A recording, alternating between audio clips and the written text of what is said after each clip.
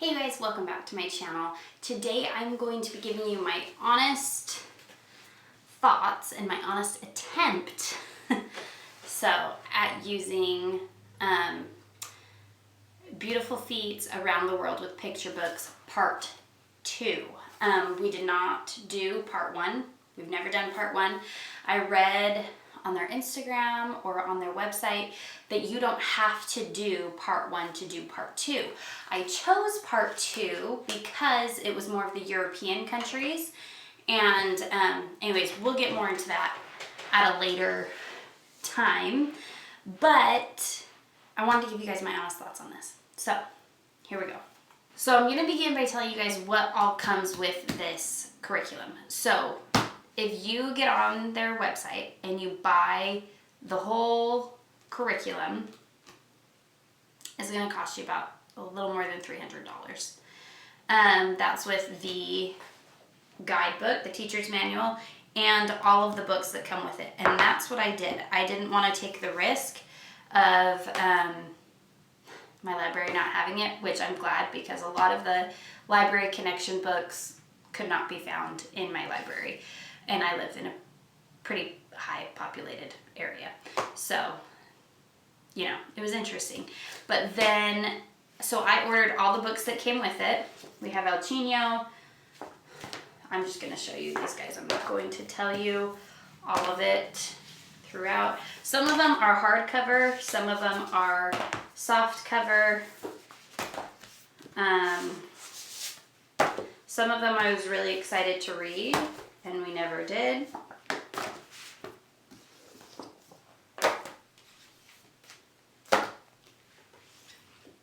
And then you get all the Anons?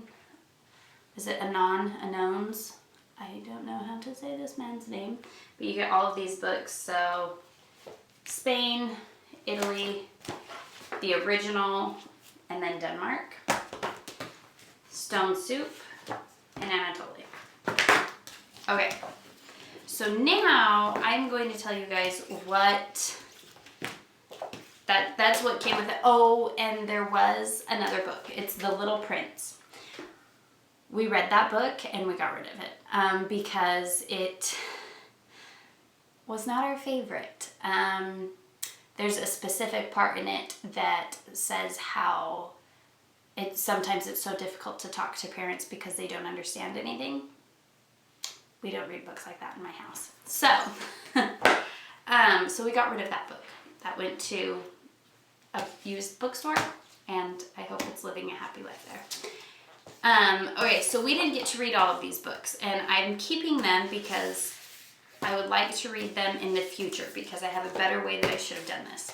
Okay, the aspect of this curriculum that I was most excited for was the notebooking. It's something that we've never done in our homeschool. Again, that could have been a reason why we failed at this homeschool, at this curriculum.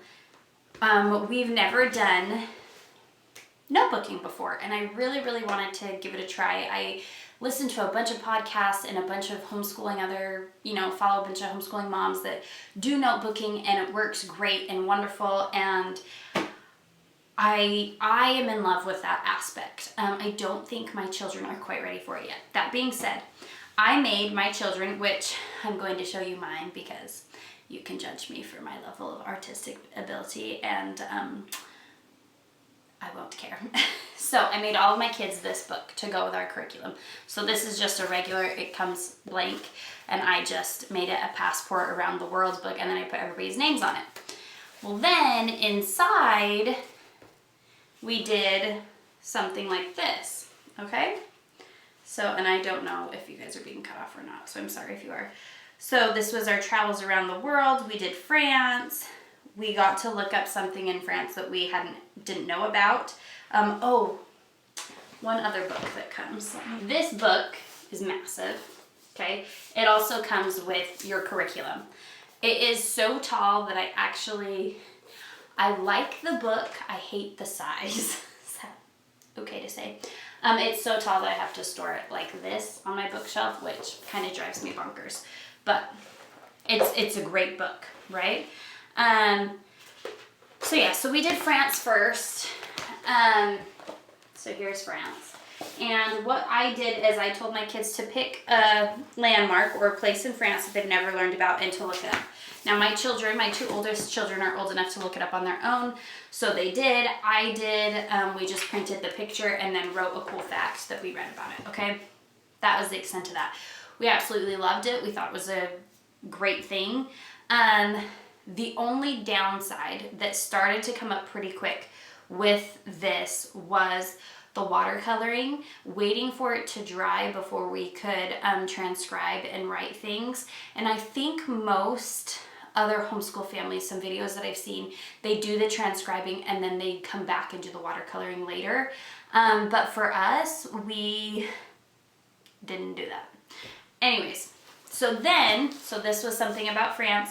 Then we did all the nature connections, okay? So we learned about all the animals of France, and then we read the book Anatoly, and we picked a quote from it to notebook about, and then we read Stone Soup. We picked a quote from there, and then here's another nature, and then we moved on to Spain, okay? And that is all we did with Spain. Okay, so let me tell you where I think our downfall was. We found ourselves always trying to catch up and do catch up. We found that we were behind on our watercoloring, and so then we didn't want to do a lesson because we were behind. But I did like that aspect of this curriculum was the notebooking side of it. Another aspect that I liked was that you were teaching your history through stories. The only downside is like I said, we read The Little Prince when we were doing France. And again, that one took up, it said that we were supposed to do it throughout quite a few lessons. Now my children are older, so we didn't need to do that. Like I said, it was disrespectful to parents, so I didn't like that they chose that book in the first place. Now what we did have at our library, we did have The Glorious Flight and A Hot Air Balloon and Night Flight. I read those 3 books to my kids. I thought they were way better than The Little Prince. The quality of them was way more factual and a better book about France than The Little Prince. The Little Prince I don't really feel like is about France at all. It's just authored by a Frenchman. So there's that. Anyways, that's my thoughts on that one. So once we got to that book and read that book, that kind of soured our experience, because as we were reading it, my kids go, "Mom, this isn't a very good book." And I agreed with them. So there was that. There's also the art connection in here, which my children get the art connection enough in their language. So I honestly should have skipped over that for them. We didn't need that in our, to be added into our daily life. So after, like I said, really it was after one country and then a little bit of another one, we were kind of like, done. It was taking too long. It was starting to feel overwhelming. It wasn't entertaining my 1-year-old. I mean, he had his own book as well that he watercolored in, and it just wasn't working. Now, because this curriculum costs so much, because this curriculum costs like $300 or over $300, I didn't want to skip anything. I didn't want to miss out on what I had bought, right? And what I learned is if I wanted this curriculum to work for us, I needed to approach it a different way. I also had paused, so what we were doing history from The Good and the Beautiful, History 3. And right before we started Unit 4 of History 3, which covers World War II, I started this. Now I did that because this is all about the European countries, and I wanted my kids to have a deeper understanding of those countries before we learned about all the war that happened in those countries. Now that obviously didn't happen. We learned about 1, maybe 2 countries, right? But it didn't happen for several reasons. One, this wasn't exactly what I was hoping it would be. I think I was looking for something a little bit more factual. I think I was looking for something a little bit more meaty, in the sense of like beautiful pictures of the landscape in that country, heroic people from that country, people that I don't know. I think I was looking for more of the specific history of that country, not specifically the literature of that country, if that makes sense. So these books very much cover the literature portion, right? They are covering stories written about those people. Some of them are based on true stories. Some of them are based on fiction. Anyways, so I think that was another downfall for us. But I really liked Anon's Journey. We did the Spain one and we did the original Anon's Journey, and we did like those. I did like, in this guidebook, it gives you descriptions for each page of Anon's Journey as you go through it, because Anon's Journey and all of the Anon books do not have words in them. It's a picture book that you explore together. And so I did like that in here it had like little things like, oh, look for Little Red Riding Hood, look for, you know, different things from that culture. And so I thought that that was great. That was really fun. Like I said, my kids really loved that one. But then yeah, we just kind of got burned out. So this is what I'm going to change and do for the future. Now, we are shelving this for now, but future me would like to get back to it, and we're shelving it because we are trying something different from Beautiful Feet this year, which I will have a video coming on that soon. But this is what I would do differently with this curriculum, and this is my advice to anyone who buys curriculum that is expensive and that feels the pressure and weight of using it all. Don't. I should have gone through this a little bit more, but again, I really don't right now with little babies. I don't have the time to really deep dive into every single lesson and cut out what I don't like. So what I should have done was deep dive into that a little bit more. I should have gotten rid of basically everything except for the maps book that has the whole country on it, the nature connections, and the literature that it comes with. I should not have done the library pickups. That was too much for my family. It was too involved for me to have to get on and search my libraries for all these books that they just don't have. And I have a library card in 2 different counties, and I couldn't find them. So I should have gotten rid of that. I should have gotten rid of the art connection. I should have gotten rid of a lot of France was around the Little Prince. There was about 6 lessons that involved the Little Prince's storybook. I should have gotten rid of that because, like I said, the Little Prince wasn't the greatest book. We got rid of it. What I should have kept was the specific, let me show you. Let's Visit Spain.